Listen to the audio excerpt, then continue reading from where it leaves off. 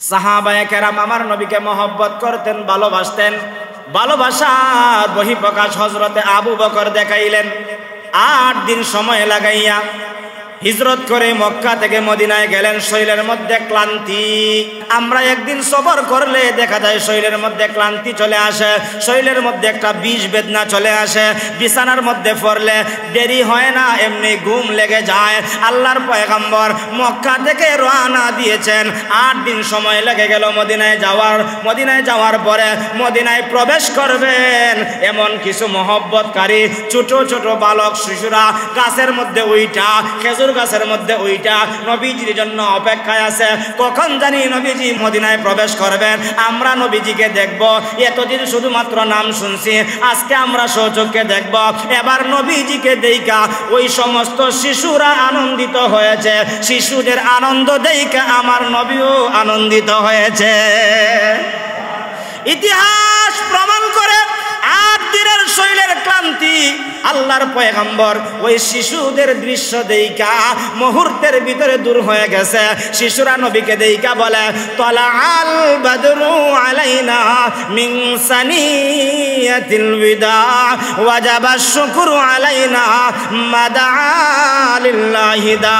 নবীর নামে তারা এরকম ভাবে কবিতা বানায়া বানায়া, নবীর শান শৌকত বাড়ায়া বাড়ায়া তারা নবীকে মর্যাদা দেয়, তারা নবীকে সম্মান করে। নবীজি এবার এদের দৃশ্য দেইখা মনে মনে ভাবলেন, মক্কায় নির্যাতন সহ্য করেছি, মদিনায় আর কষ্ট করতে হবে না।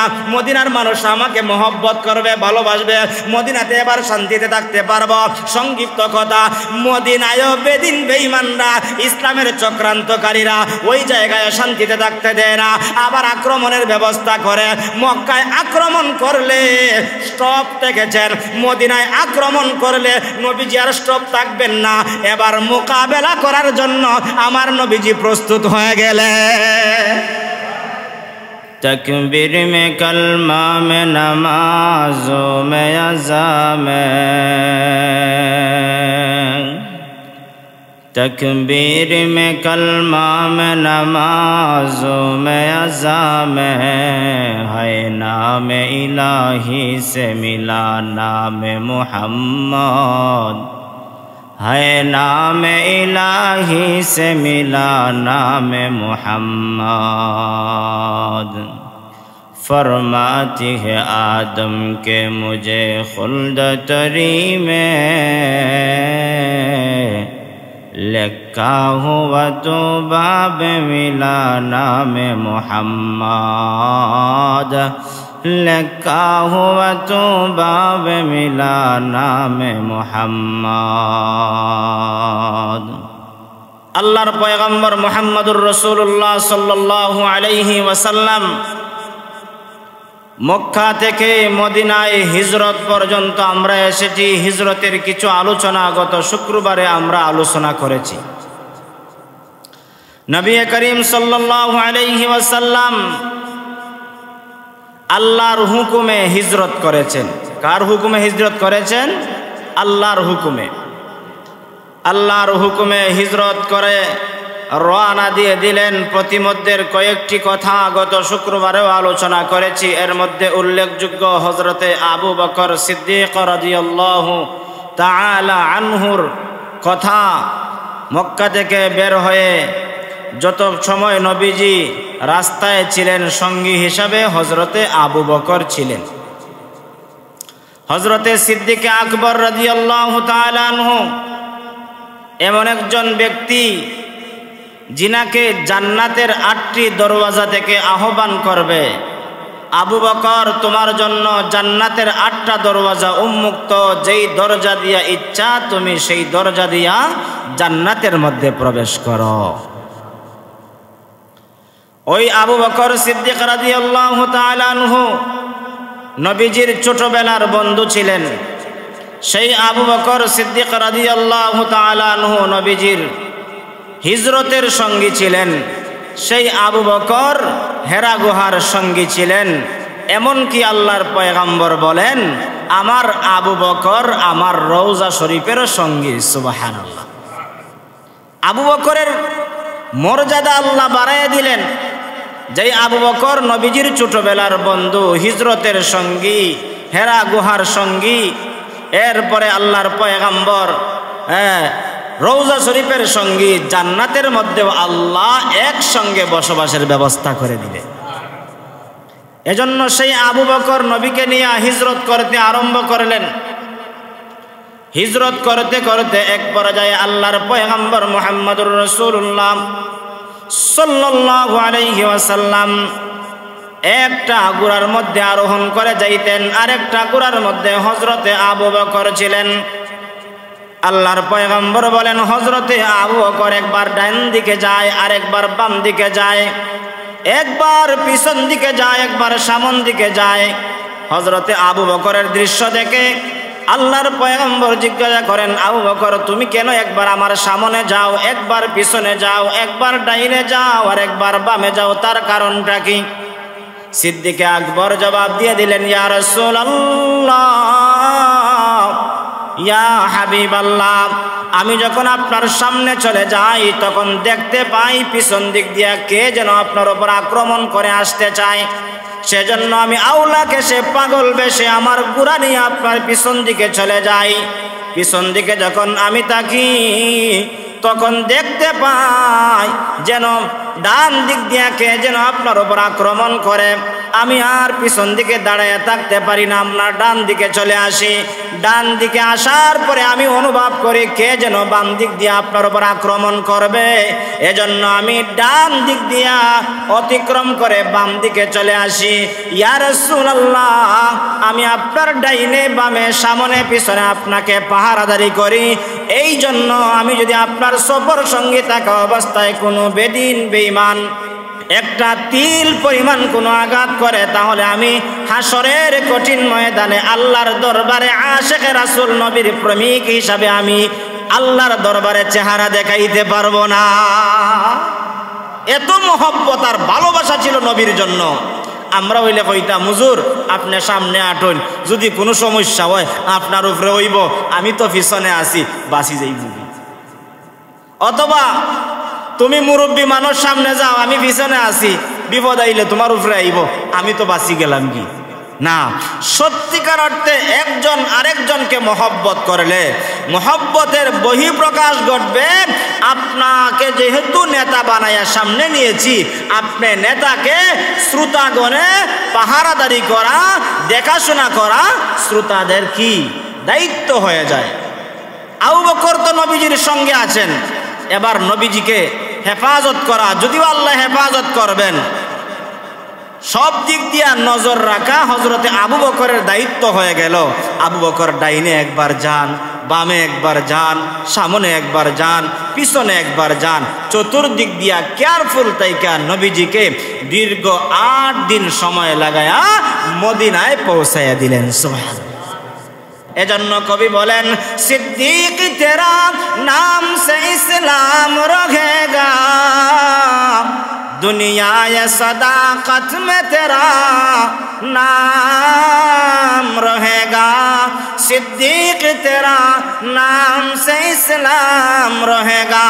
ওই সিদ্দিকে আকবরের নাম প্রতিটা মানুষের জবানে আছে, ওই সিদ্দিকে আকবরের নাম প্রতিটা মসজিদের মধ্যে আছে, ওই সিদ্দিকে আকবরের নাম ওই খুতবার মধ্যে দাঁড়াইয়া একজন খতিব সাহেব খুতবা দেওয়ার সময় সম্মানের সাথে মর্যাদার সাথে ওই সিদ্দিকে আকবরের নামটা নেয়। ওই সিদ্দিকে আকবর হলেন পৃথিবীর সমস্ত সাহাবীদের মধ্যে, নবীর পরে সাহাবীদের মধ্যে সবচাইতে বেশি শ্রেষ্ঠ মর্যাদাওয়ালা সাহাবী হযরতে আবু বকর। ওই আবু বকর নবীজি দুনিয়া থেকে বিদায় হয়ে যাওয়ার পরে প্রথম খলিফা আল্লাহ নিযুক্ত করে দিয়েছে। ওই আবু বকর সম্পর্কে বলেন, ওই আমার আবু বকরের এত সম্মান এত মর্যাদা আমি আল্লাহ বাড়ায় দিয়েছি।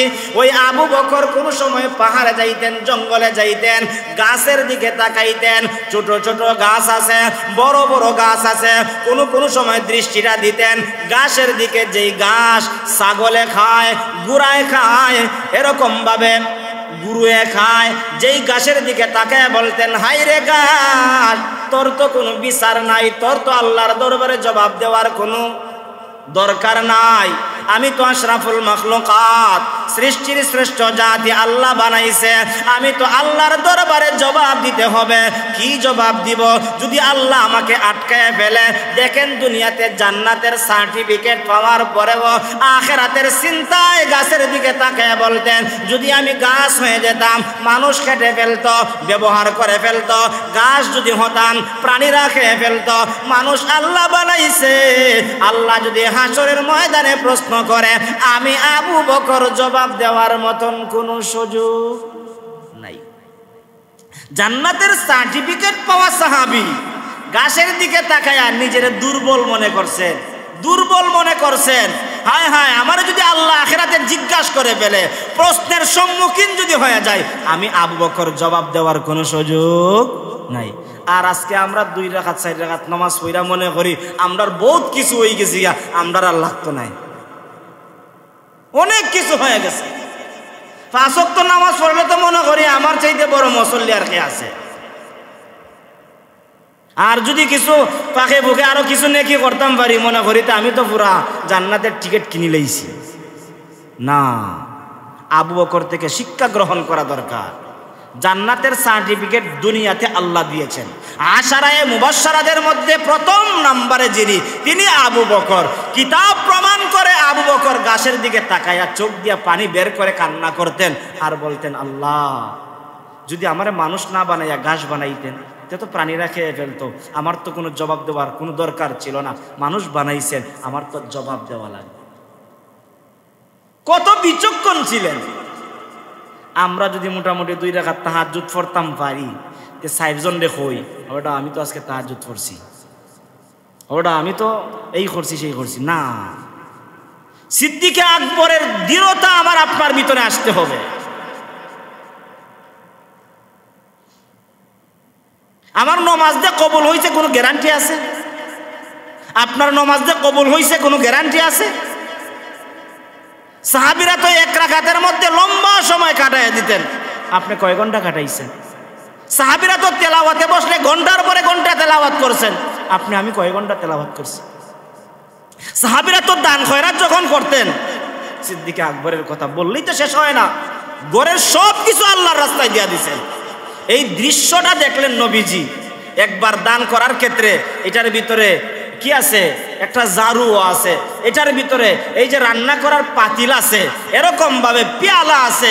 দৃশ্য দেখিয়া আল্লাহর রাসূল চোখের পানি ধরে রাখতে পারলেন না। জিজ্ঞাসা করলেন, আবু বকর ঘরের ভিতরে কি রেখে আসছো? আবু বকর বললেন, ইয়া রাসূলুল্লাহ, ঘরের ভিতরে আল্লাহ এবং আল্লাহর রাসূলকে রেখে আসছি। আবু বকরের যা ছিল কি করছেন? সব নিয়ে আসছেন নবীর দরবারে। আইনা বলছেন, ইয়া রাসূলুল্লাহ, নেন, আপনার যে কাজে যেটা প্রয়োজন হয় ব্যবহার করেন। হযরতে উমর অর্ধেক নিয়ে আসছেন, উমরের সম্পদ ছিল বেশি, উমরের বেশি নিয়ে আসছেন, অর্ধেক নিয়ে আসছেন। কিন্তু আবু বকরের তো এই পরিমাণ সম্পদ নাই, তার চাইতে কম ছিল, সেজন্য তিনি ঘরের সব কিছু নিয়ে আসছেন। আইনা প্রমাণ করে দিয়েছেন, তোমার বেশি হওয়ার পরেও তুমি অর্ধেক নিয়ে আসছো, আর আমার আবু বকর কম থাকার পরেও সব নিয়ে আসছে। তার চাইতে নবীজির দৃষ্টিটা ওই দিকে কেন গেল? ওই আবু বকরের ভিতরে নবীর মহব্বত কম ছিল না বেশি ছিল? বেশি ছিল। আমাদেরকে চিন্তা করা দরকার। এজন্য কোনো সময় সিদ্দিক আকবর একা একা বসে ফুফায় ফুফায় কান্না করতেন, ফুফায় ফুফায় কান্না করতেন আখিরাতের চিন্তায়। জান্নাতের সার্টিফিকেট পাইয়াও তারা কাঁদছেন, আর আমরা সার্টিফিকেট না পাইয়াও হাসি। আমাদের হাসি শেষ নাই। আমাদের হাসিতে বোঝা যায় 2-4 বার ক্রয় করে ফেলছি জান্নাতের টিকিট। সাহাবায়ে কেরাম আমার নবীকে মহব্বত করতেন, ভালোবাসতেন। ভালোবাসার বহিঃপ্রকাশ হযরতে আবু বকর দেখাইলেন। 8 দিন সময় লাগাইয়া হিজরত করে মক্কা থেকে মদিনায় গেলেন। শরীরের মধ্যে ক্লান্তি। আমরা একদিন সফর করলে দেখা যায় শরীরের মধ্যে ক্লান্তি চলে আসে, শরীরের মধ্যে একটা বিষ বেদনা চলে আসে। বিছানার মধ্যে পড়লে দেরি হয় না, এমনি ঘুম লেগে যায়। আল্লাহর পয়গম্বর মক্কা থেকে রওনা দিয়েছেন, 8 দিন সময় লেগে গেল মদিনায় যাওয়ার। মদিনায় যাওয়ার পরে মদিনায় প্রবেশ করবেন, এমন কিছু মহব্বতকারী ছোট ছোট বালক শিশুরা গাছের মধ্যে উইটা, খেজুর গাছের মধ্যে উইটা নবীজির জন্য অপেক্ষায় আছে। কখন জানি নবী নবীজি মদিনায় প্রবেশ করবেন, আমরা নবীজিকে দেখব। এতদিন শুধুমাত্র নাম শুনছি, আজকে আমরা সচক্ষে দেখব। এবার নবীজিকে দেইখা ওই সমস্ত শিশুরা আনন্দিত হয়েছে, শিশুদের আনন্দ দেইখা আমার নবীও আনন্দিত হয়েছে। ইতিহাস প্রমাণ করে 8 দিনের শৈলের ক্লান্তি আল্লাহর পয়গম্বর ওই শিশুদের দৃশ্য দেইখা মুহূর্তের ভিতরে দূর হয়ে গেছে। শিশুরা নবীকে দেইখা বলে, তলাআল বাদরু আলাইনা মিন সানিয়াতিল বিদা ওয়াজাবা শুকরু আলাইনা মাদা লিল্লাহি দা। নবীর নামে তারা এরকম ভাবে কবিতা বানায়া বানায়া, নবীর শান শৌকত বাড়ায়া বাড়ায়া তারা নবীকে মর্যাদা দেয়, না নবীকে সম্মান করে। নবীজি এবার এদের দৃশ্য দেইখা মনে মনে ভাবলেন, মক্কায় নির্যাতন সহ্য করেছি, মদিনায় আর কষ্ট করতে হবে না। মদিনার মানুষ আমাকে মহব্বত করবে, ভালোবাসবে, মদিনাতে এবার শান্তিতে থাকতে পারবো। সংক্ষিপ্ত কথা, মদিনায়ও বেদিন বেঈমানরা, ইসলামের চক্রান্তকারীরা ওই জায়গায় শান্তিতে থাকতে দেয় না, আবার আক্রমণের ব্যবস্থা করে। মক্কায় আক্রমণ করলে স্টপ দেখেছেন, মদিনায় আক্রমণ করলে নবীজি আর স্টপ থাকবেন না। এবার মোকাবেলা করার জন্য আমার নবীজি প্রস্তুত হয়ে গেলে। মক্কায় আক্রমণ করছো, কিছু বলি নাই, আঘাত করছো, হাতায় দিছি, কিন্তু মদিনায় আসছি, অনেক দূর হয় না নি বেটা, আমারে মারছস, এত অবস্থা আমারে করছস, এখন অতদিন সহ্য করছি, আমার ফিট লাগি গেছে দেওয়ালো, আর ফিট দেওয়ালে লাগাবো না, এবার তোর মোকাবেলা করব। মানুষ এরকম কথা হয়নি না, হয় না? কিন্তু মুসলমান আগে আগিয়ে যায় না, কেউ আগিয়ে আসলে তাকে ফিরাইয়া দেয় না। মুসলমান আগে লাগে না, আর লাগলে তারে কি করে না, ফিরাইয়া দেয় না। উত্তম মাধ্যম কিছু দেয়, তার প্রমাণ হলো আল্লাহর পয়গম্বর বদরের যুদ্ধে বেদিন বেঈমানদেরকে দেখাই দিয়েছেন, তোমরা আসছো যুদ্ধ করার জন্য, আমরা যুদ্ধ করতে চাই না, যুদ্ধ করতে আসছো কিন্তু তোমাদের মোকাবেলা করব, তোমাদেরকে ছেড়ে দিব না। তোমাদের সঙ্গে তোমাদের শক্তি থাকতে পারে, আমাদের সঙ্গে আমার আল্লাহ আছেন, আল্লাহ আমাদেরকে শক্তি দান করবেন। আল্লাহ বিজয়ের মালা বদরের প্রান্তে আল্লাহ দেখাই দিয়েছেন। 313 জন সাহাবীকে আল্লাহ হাজার বেদিন বেঈমানের সঙ্গে বিজয়ের মালা পরাইয়া দিয়ে আল্লাহ দেখাই দিয়েছেন। 313 জনকে আল্লাহ বিজয়ের মালা পরাইতে পারেন, সেই ক্ষমতা একমাত্র কার? আল্লাহ। বদরের যুদ্ধ প্রমাণ করে। যুদ্ধের বিষয় ইনশাআল্লাহ অন্য এক শুক্রবারে বলবো। উহুদ যুদ্ধ করলেন, খন্দকের যুদ্ধ করলেন, এরকম যুদ্ধ করতে করতে নবীজি মদিনার জিন্দিগি কাটাইলেন। শেষ প্রান্তে নবী করিম সাল্লাল্লাহু আলাইহি ওয়াসাল্লাম মধ্যখানে একবার উমরা করার জন্য মদিনা থেকে মক্কায় আসবেন। সংক্ষিপ্ত কথা, এর আগের শুক্রবারে হয়তো বলেছিলাম, নবীজি মক্কা থেকে মদিনায় যাওয়ার সময় উসমান ইবনে তালহাকে বলেছিলেন, উসমান ইবনে তালহা আমাকে কানায়ে কাবার চাবিটা দেও, আমি যাওয়ার আগে ওই কানায়ে কাবার ভিতরে 2 রাকাত নামাজ পড়ব, আমার মনের ভিতরে ইচ্ছা। উসমান ইবনে তালহা বলে, না না, তোমাকে চাবি দেওয়া যাবে না। নবীজি বলেছিলেন, হে উসমান ইবনে তালহা শোনো, আজকে তুমি আমাকে চাবি দেও নাই, এমন একটা সময় আসবে, ওই রবের জাতের কসম করে বলি, ওই চাবিটা আমার আল্লাহ আমার হাতে দান করে দিবে। মদিনা থেকে নবীজি আবার মক্কায় আসলেন। আসার পরে ফতেহ মক্কার সময় আল্লাহ তাআলা মক্কাকে বিজয় করাইলেন, আর করাইয়া নবীজির হাতে চাবি দিলেন। নবীজি চাবি পাইয়া বাহাদুরি দেখাইছেন, আমরা তো কিছু পাইলে তুমসে বড় কোন হে, আমার চাইতে বড় কেউ নাই। নবীজি চাবি পাইছেন, চাবি গ্রহণ করছেন, চাবি গ্রহণ কইরা বলছেন, ও উসমান ইবনে তালহা শোনো, এই চাবিটা আমার রাখার দরকার নাই, চাবির দায়িত্ব আমার হাতে এসেছে, আমি গ্রহণ করে আবার তোমার হাতে চাবিটা দিয়ে দিলাম। এটা তো আখলাক। ইন্নাকা লাআলা খুলুকিন আযীম, মহান চরিত্র। আমরা তো কই বাহ আমি তো সব কিছু না। নবীজি এখান থেকে শিক্ষা দিলেন আমাদেরকে। চাবি পাইছেন, ক্ষমতা পাইছেন, ক্ষমতা দেওয়ার মালিককে। যেই মক্কায় নবীজি কষ্ট করেছেন, যেই মক্কায় আল্লাহর পয়গম্বরকে 2.5 বছর পর্যন্ত 3 দিকে পাহাড়, একদিকে খোলা, তারা বদ্ধ করে নবীজিকে ওই জায়গায় রেখেছেন। সাহাবীরা নবীর জন্য, ইসলামের জন্য, কোরআনের জন্য গাছের পাতা খাইয়া জীবন ধারণ করেছেন যেই মক্কায়। আর এই মক্কার ক্ষমতা নবীর হাতে আসছে, নবীজি বাহাদুরি না দেখাইয়া আল্লাহর দরবারে শুকরিয়া আদায় করেছেন। যেই উসমান ইবনে তালহা চাবি দিতে চাইল না, ওই উসমান ইবনে তালহাকে বললেন, দেখো আজকে চাবির দায়িত্ব আমার হাতে এসেছে, মক্কার দায়িত্ব আমার হাতে এসেছে, কানায় কাবার দায়িত্ব আমার কাছে এসেছে, দায়িত্ব আমার কাছে নিতে চাই না, নেও তুমি তোমার দায়িত্ব, তোমার কাছে আবার অর্পণ করে দিলাম। ওই লোকটা আখলাক আর চরিত্র দেখে নবীজির বিরোধিতা করতে পারে? আর একটু জোরে কন্যা, যদি জ্ঞানী হয়, বুদ্ধিমান হয়, আরে বাবা যারে তো বিরোধিতা করলাম, এ দেখা যায় আমারে মোহব্বত কইরা আবার দায়িত্বটা দিয়ে দিল। আর এই কথা শুনে উসমান ইবনে তালহা কালেমা পড়ে মুসলমান হয়ে গেল। এমন আখলাক আমাদের ভিতরে আসা দরকার আছে না নাই?